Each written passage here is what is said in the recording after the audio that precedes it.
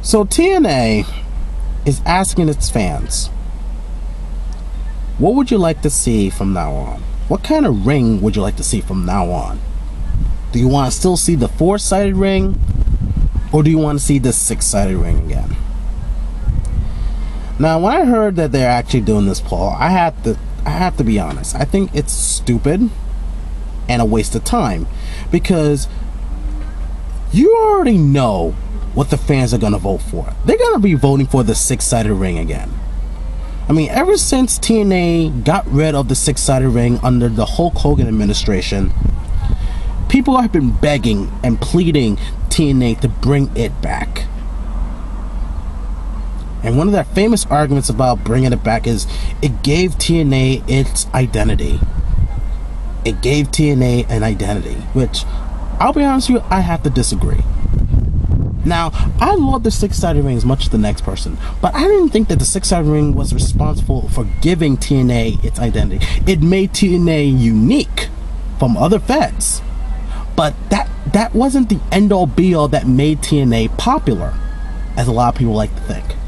What made TNA popular is the fact that with their product at the time was living up to its name, Total Nonstop Action. It was a good alternative than watching the WWE, where you see good wrestling, but a lot of hokey storylines, gimmicks, characters, and whatnot that a lot of people are not a big fan of when it comes to WWE. But when we got to see TNA, we did see characters, we did see interesting storylines, but they weren't as hokey as the WWE. And I think people like that. And the very division that actually lived up to Total Nonstop Action was the X division. I mean, I remember Petey Williams, AJ Styles at the time, Christopher Daniels, Frankie Kazarian, just to name a few back in the day. Low-Ki, or Senshi, whatever you want to call him at the time, really put that division on the map. It attracted a lot of people. And the fact that they said there's no limits, you got to see impressive wrestling from not just cruiserweight sized wrestlers, but also big, huge wrestlers like Samoa Joe. And it was a good freaking product. That's what made people want to watch TNA. And along with the X division, they really had a good tag team division too. They brought importance back to the tag team division at the time. WWE didn't really give a damn about tag team wrestling. That's what made people want to watch TNA too. The tag team division meant something.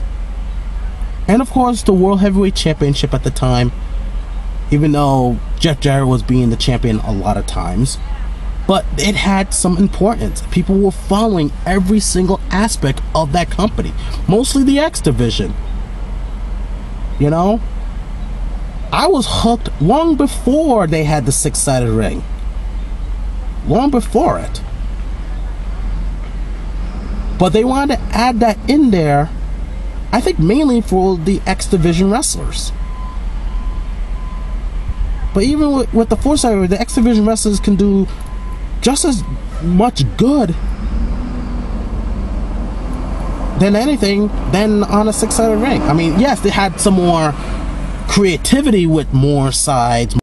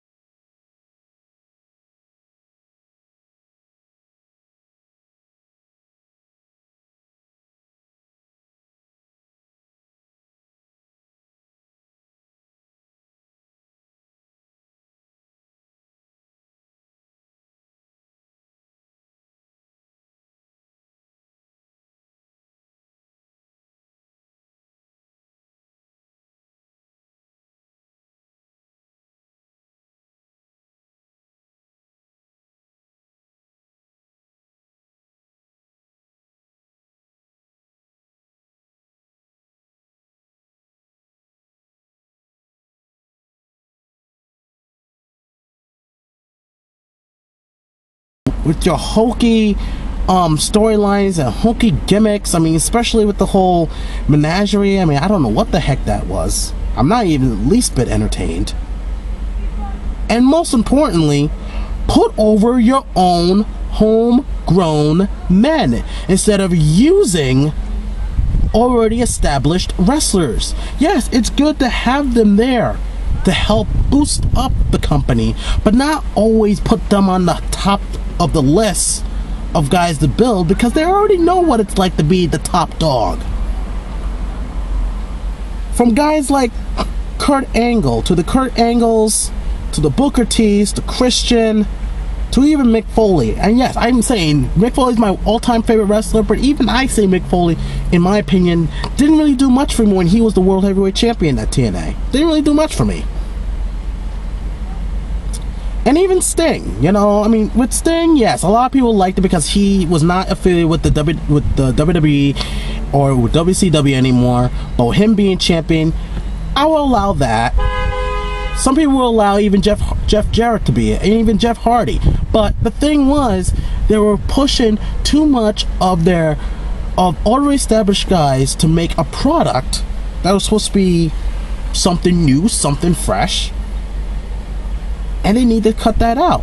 They're starting to give young guys a big, huge push now. We see Eric Young finally becoming a World Heavyweight Champion. We're seeing Bobby Roode, Austin Aries, even James Storm at the time, and Chris Sabin was given a shot.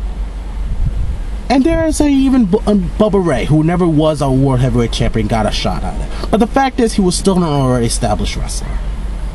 They need to actually push new talent. And yes, use the veterans as support. Yes, let them win a title every once in a while, but don't make them the big, huge focus. And they need to, and business-wise, they need to do something new. Because even last year, when they didn't have any pay-per-views, they knew something was wrong. And the fact that a lot of their best talent are leaving means that you guys need to do something. Now, I still have faith in TNA, but if they really think that bringing back the six-sided ring is going to make things better, no, it's not. Because the six-sided ring is not what made TNA. It made it unique, but it didn't make TNA. But what do you guys think? Do you want to see the six-sided ring back? Or do you think it's okay having them do the four-sided ring from now on? What do you guys think? And I know a lot of people are going to say, bring back the six-sided ring. But leave a comment down below. Tell me what you guys think and see what goes from there. But if you want to ask me what I think, why not? Bring back the six-sided ring. But I don't think that's going to solve TNA's problems. Bring back the six-sided ring. I would vote for that. That is all.